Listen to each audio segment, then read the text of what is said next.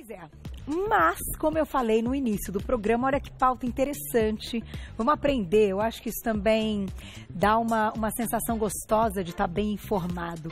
A gente vai falar sobre as descobertas que marcaram a medicina e que hoje, claro, além de salvarem vidas aí, estão também em estudos para evoluírem cada vez mais. Convidamos ele que é clínico geral e cardiologista, Dr. Ricardo Contesini. Como vai, doutor? Tudo bem? Bem-vindo, boa tarde. Obrigado pelo convite, boa tarde. Prazer tê-lo aqui, porque esse assunto é muito legal. E eu imagino aí que, né, do seu lado aí como médico, cada uma dessas descobertas faz ali aquela sensação de, nossa, as pesquisas não podem parar e que vocês estão em transformação o tempo todo, desde que nasceram médicos, vamos dizer assim, não é verdade? Todo dia, né? Sempre uma novidade por dia e é por isso que a medicina evolui, né? E essas descobertas, elas mudaram um pouco a história da medicina, mudaram um pouquinho como que a gente vê a medicina e como melhorar a saúde das pessoas. Por isso que elas são bem interessantes. É por isso que a gente vive mais. O viver melhor aí é parte eu digo, da escolha de cada um. Sim. Mas mais a gente consegue viver a gente já com consegue. Tudo isso. Vamos começar com a primeira descoberta, então. Na tela, a gente vai conhecer a parte cronológica também. Então, a anestesia foi descoberta em 1799. Como, doutor? Então, a anestesia ela começou sendo descoberta por um dado interessante, porque uns dentistas estavam num teatro e eles usavam uma substância chamada óxido nitroso, que era uma substância que é o gás do riso, que se utilizava no passado e tal, e os artistas utilizavam aquilo para ficarem sorrindo no palco. E aí um dentista estava assistindo esse espetáculo e ele viu que o artista bateu a perna na cadeira e fez um hematoma e começou a sangrar. E ele continuou como se nada tivesse acontecido. E aí foram evoluindo as pesquisas e descobriu esse início da anestesia, que hoje já está bem mais evoluída, né? E olha que interessante, gente. A gente vai colocar uma foto, vamos voltar a foto, ainda tá, do 1799, porque eu quero que vocês observem bem as imagens, que a gente vai fazer uma relação. A gente vai mostrar como era utilizado naquela época e como hoje. Olha que interessante que é essa imagem, né, doutor? Sim. Então, que é esse gás que você está comentando. Isso. No começo, a anestesia ela só servia como um gás. Então, você dava um gás para tirar a dor do paciente e se fazia a cirurgia, né? Claro que hoje já evoluiu bastante. Hoje a gente só não tira a dor do paciente, né? Porque não adianta você fazer uma cirurgia, tirar a dor, mas o paciente se mexe durante a cirurgia. Então, na evolução da anestesia, já existe a anestesia que é por gás, a venosa, que é pela veia, né?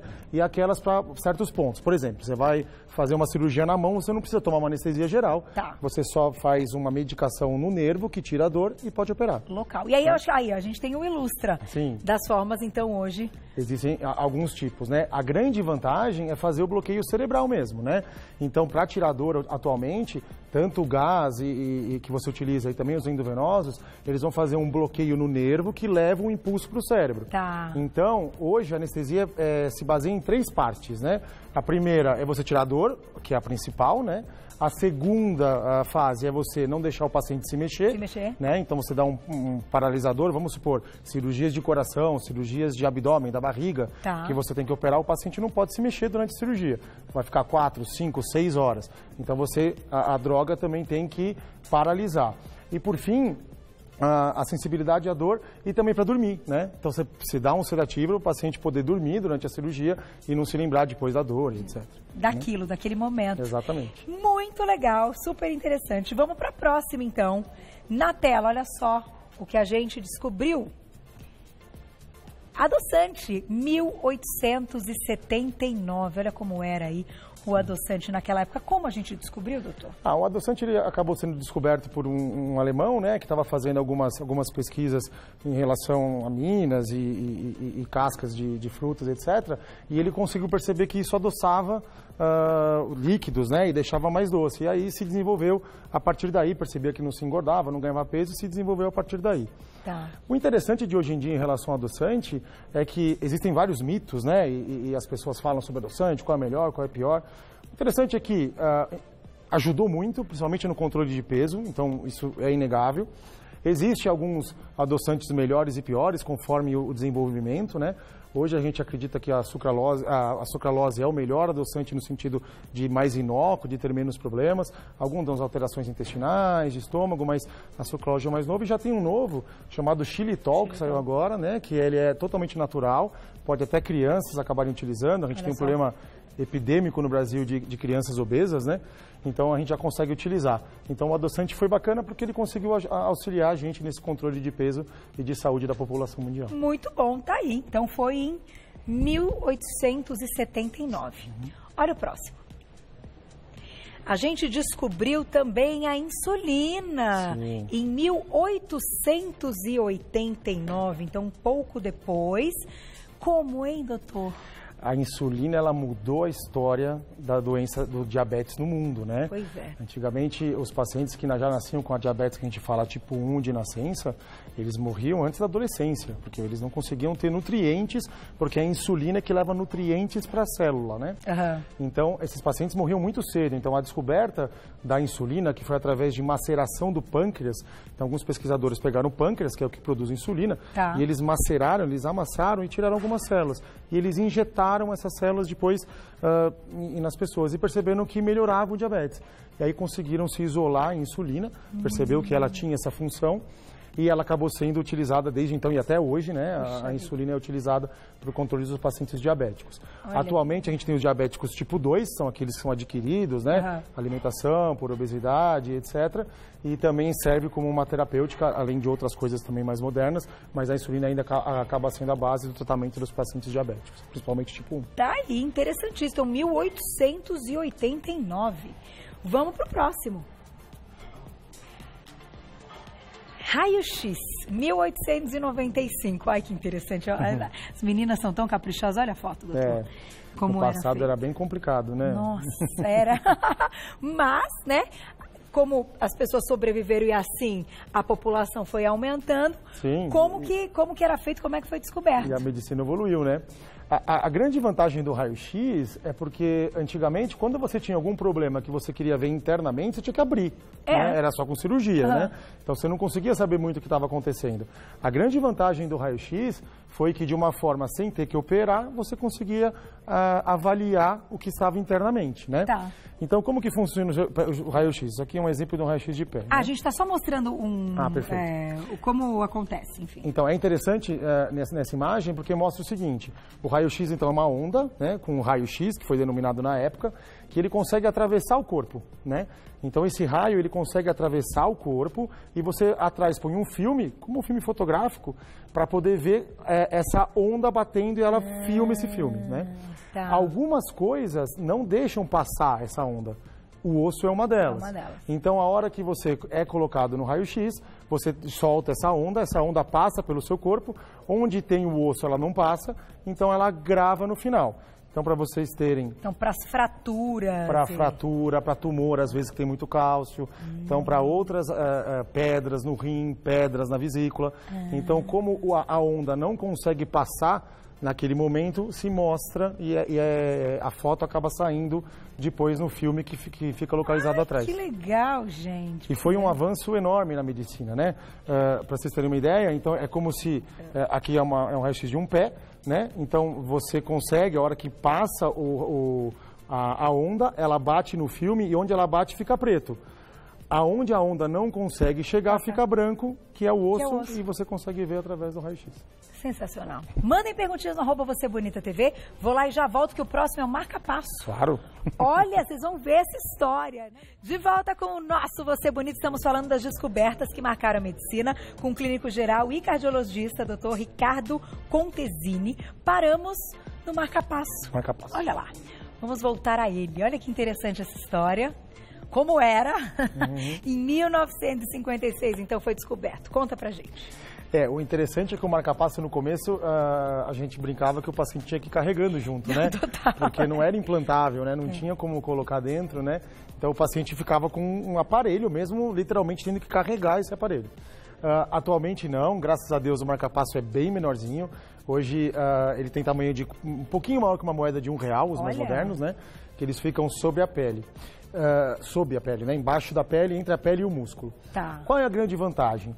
Algumas o coração ele funciona através de impulso elétrico, através de choquinhos, né? E algumas pessoas, elas têm, ou esse choquinho, ele está muito devagar, e aí o coração não consegue bombear na devida forma, né? Da devido tempo. Ou então, essas pessoas, às vezes, até param de bater, né? Ele não tem mais o choquinho e o coração é só uma parte do coração que bate. Tá. Então, com o marca-passo, a gente conseguiu assumir exatamente a velocidade do coração. Então, hoje, pessoas que têm bloqueios, pessoas que têm doenças, que o coração ele não bate de uma forma correta, ou muito devagar, ou ele bate totalmente fora da ordem, com o marca-passo, você coloca um eletrodo, que é como se fosse um cabinho mesmo, né? Que ele vai dando um choquinho no coração e ele comanda a frequência do coração. Interessante, Carol, é que hoje a gente já tem marca-passos tão avançados que quem quiser fazer atividade física, o marca-passo ele consegue detectar e acelera o coração para a pessoa poder correr. O marca-passo e o desenvolver disso também tem uma outra doença que chama taquicardia ventricular ou fibrilação ventricular, que é a morte súbita, né? Quando o coração bate tão rápido, às vezes ele treme, ele não bate, e o marca-passo evoluiu e hoje a gente já tem até desfibrilador, que é esse cabinho dentro do coração, quando o coração entra em arritmia, ele dá o choque para o coração voltar a bater. Então foi uma descoberta essencial e mudou a história da cardiologia. Ainda mais agora sendo, né, tão pequeno. Tão pequenininho e possível de usar, né? Ficando ali, interessante. Vamos agora para uma muito importante, olha lá, na tela. Estamos falando dela, penicilina, 1928. Muita vida, hein? Vamos estar salvando muita vida. Como foi, doutor? A penicilina é considerada até hoje a maior descoberta da medicina, né? Ela mudou totalmente a história da medicina. Até então, a maior causa de mortalidade no mundo, em todos os países, eram as infecções. Então, as infecções eram o que mais matavam. E a gente não tinha muito o que fazer, né, com essas infecções, porque a gente ainda não conhecia o que curava essas infecções, né? O Dr. Fleming, ele estava fazendo uma pesquisa que ele deixava um potinho, né, que tinha algumas substâncias e lá cresciam bactérias. Ele estava estudando essas bactérias. E ele saiu no final de semana e deixou lá. E formou fungo naquela região. Por quê? Porque ele tinha, onde ficavam as bactérias, era em cima de um agar, que a gente chama, né, que é uma substância, e lá formou fungo. Onde tinha fungo, não tinha bactéria. Né? Então ele descobriu que existia alguma coisa no fungo que matavam as bactérias. E aí ele desenvolveu o primeiro antibiótico, que foi a penicilina, e que aí mudou a história da humanidade. Para você ter uma ideia, lá naquela época, se vivia em média 30 anos, 32 anos, Puxa, né? Vida, e a principal causa de morte em pacientes jovens era, sim, as infecções, né? Que a gente escutou, né? Estudamos na escola, né? A peste negra, todas as infecções que aconteciam, e com a penicilina a gente conseguiu mudar um pouquinho o rumo dessa história. Puxa, que legal. Então foi em 1928. A gente tem quantos minutos, diretora? Dá tempo de fazer o último rapidamente? O último na tela. Grande aula, hein, doutor? Que legal. Adorei. Olha lá.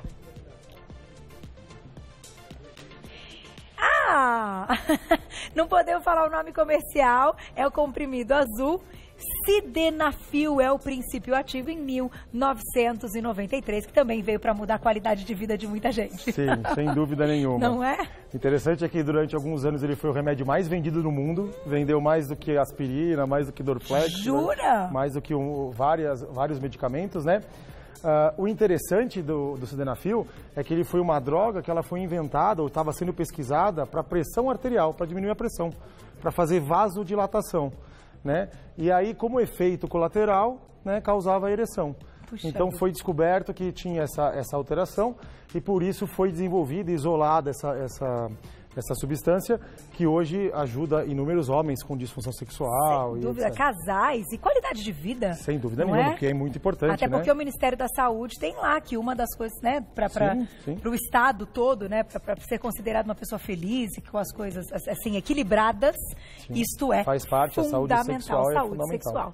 Eu vou agradecer Dr. Ricardo Contesini, clínico geral e cardiologista, uma aula pra gente. Olha que bacana aprender, né, pensar em tudo isso na época aí dos nossos, né, tataravós, avós, enfim, da turma toda. Eu vou deixar um site para vocês, que é o contato, que é o grupoangiocardio.com.br, www.grupoangiocardio.com.br. Beijo, até amanhã.